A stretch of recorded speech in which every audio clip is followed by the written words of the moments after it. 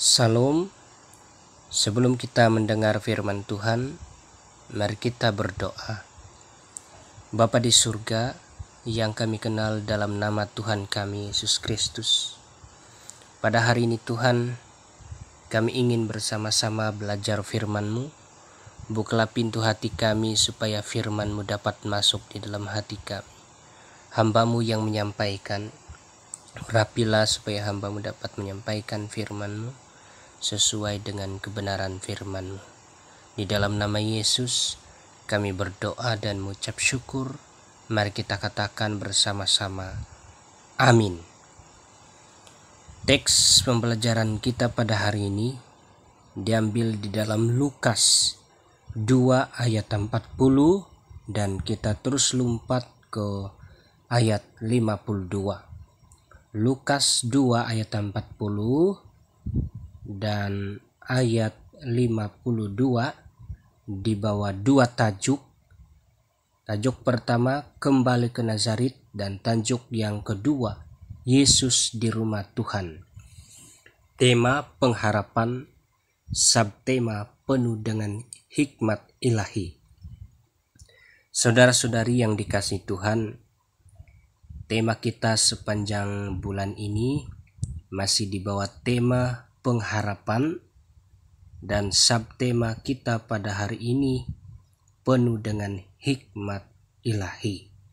Nah, sebelum kita membahas apa itu penuh dengan hikmat ilahi, kita perlu tahu siapakah yang dimaksudkan dengan pribadi yang penuh dengan hikmat ilahi di dalam teks pembelajaran kita pada hari ini, supaya kita tahu siapa yang dipenuhi dengan hikmat ilahi di dalam teks pembelajaran kita pada hari ini.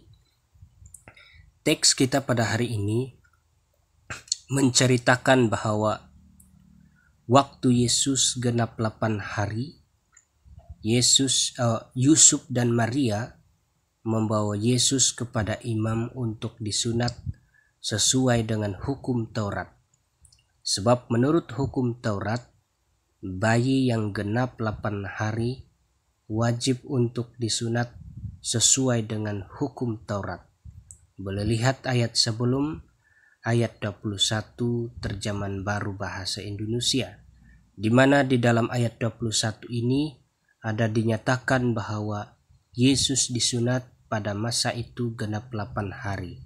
Kemudian Yesus diberi nama sesuai dengan nama yang diberitahukan oleh malaikat kepada Maria dan Yusuf.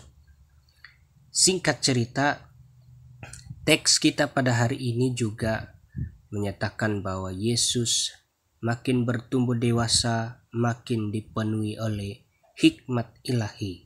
Boleh lihat ayat 40 pembacaan kita pada hari terjemahan baru bahasa Indonesia, saya bacakan.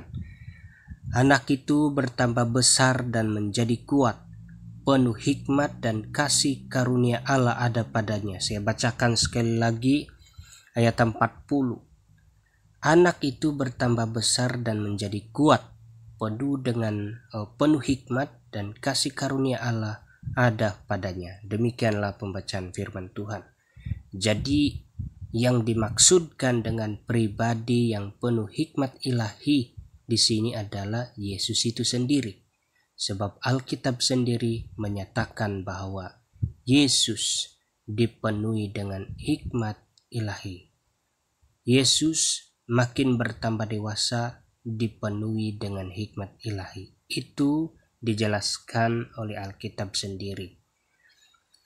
Dan bukti bahwa Yesus disertai oleh hikmat ilahi, waktu Yesus berumur 12 tahun, dia sudah dikagumi oleh alim ulama atau guru-guru agama Yahudi di Yerusalem pada waktu itu. Boleh lihat ayat 46 sehingga 47. Saya bacakan. Sesudah 3 hari mereka menemukan dia dalam bait Allah. Ia sedang duduk di tengah-tengah alim ulama. sambil mendengarkan mereka dan mengajukan pertanyaan-pertanyaan kepada mereka. Dan semua orang yang mendengar dia sangat heran akan kecerdasannya dengan segala jawab yang diberikannya. Demikianlah pembacaan firman Tuhan. Melalui ayat ini kita sudah tahu bahwa Yesus dari kecil disertai oleh hikmat ilahi daripada Allah. Hikmat ilahi yang ada di dalam Yesus benar-benar membuat Yesus menjadi pusat perhatian orang ramai di Yerusalem. Dan ini menandakan bahwa Yesus benar-benar menjadi sumber kebijaksanaan yang mengajarkan kita takut akan Tuhan dan bagaimana menyenangkan hati Tuhan. Jadi kalau kita mau belajar menyenangkan hati Tuhan dan manusia, belajarlah kita melalui Yesus yang senantiasa memberikan teladan bagaimana menyenangkan hati Tuhan dan manusia. Dan inilah tandanya bahwa Yesus menyenangkan hati Tuhan dan manusia. Boleh lihat di ayat yang ke-52 pembacaan terakhir kita, terjemahan bahasa Malaysia. Saya bacakan, Yesus bertambah besar dan bijaksana, dan dia menyenangkan hati Allah maupun manusia. Saya bacakan sekali lagi, Yesus bertambah besar dan bijaksana, dan dia menyenangkan hati Allah maupun manusia. Jadi Alkitab sendiri sudah menyatakan bahwa Yesus dari kecil dipenuhi oleh hikmat ilahi daripada Allah. Yang dapat kita pelajari di dalam teks ini adalah hikmat ilahi yang dimiliki oleh Yesus yang mengajarkan kita menyenangkan hati Tuhan dan manusia. Hikmat yang benar adalah hikmat yang tidak membawa kita kepada kesombongan, tetapi membawa kita kepada hati yang suka menyenangkan hati Tuhan dan manusia. Itulah hikmat yang benar. Nah, sebagai kesimpulan, hikmat ilahi di dalam diri Yesus mengajarkan kita takut akan Tuhan dan bagaimana kita menyenangkan hati Tuhan dan manusia.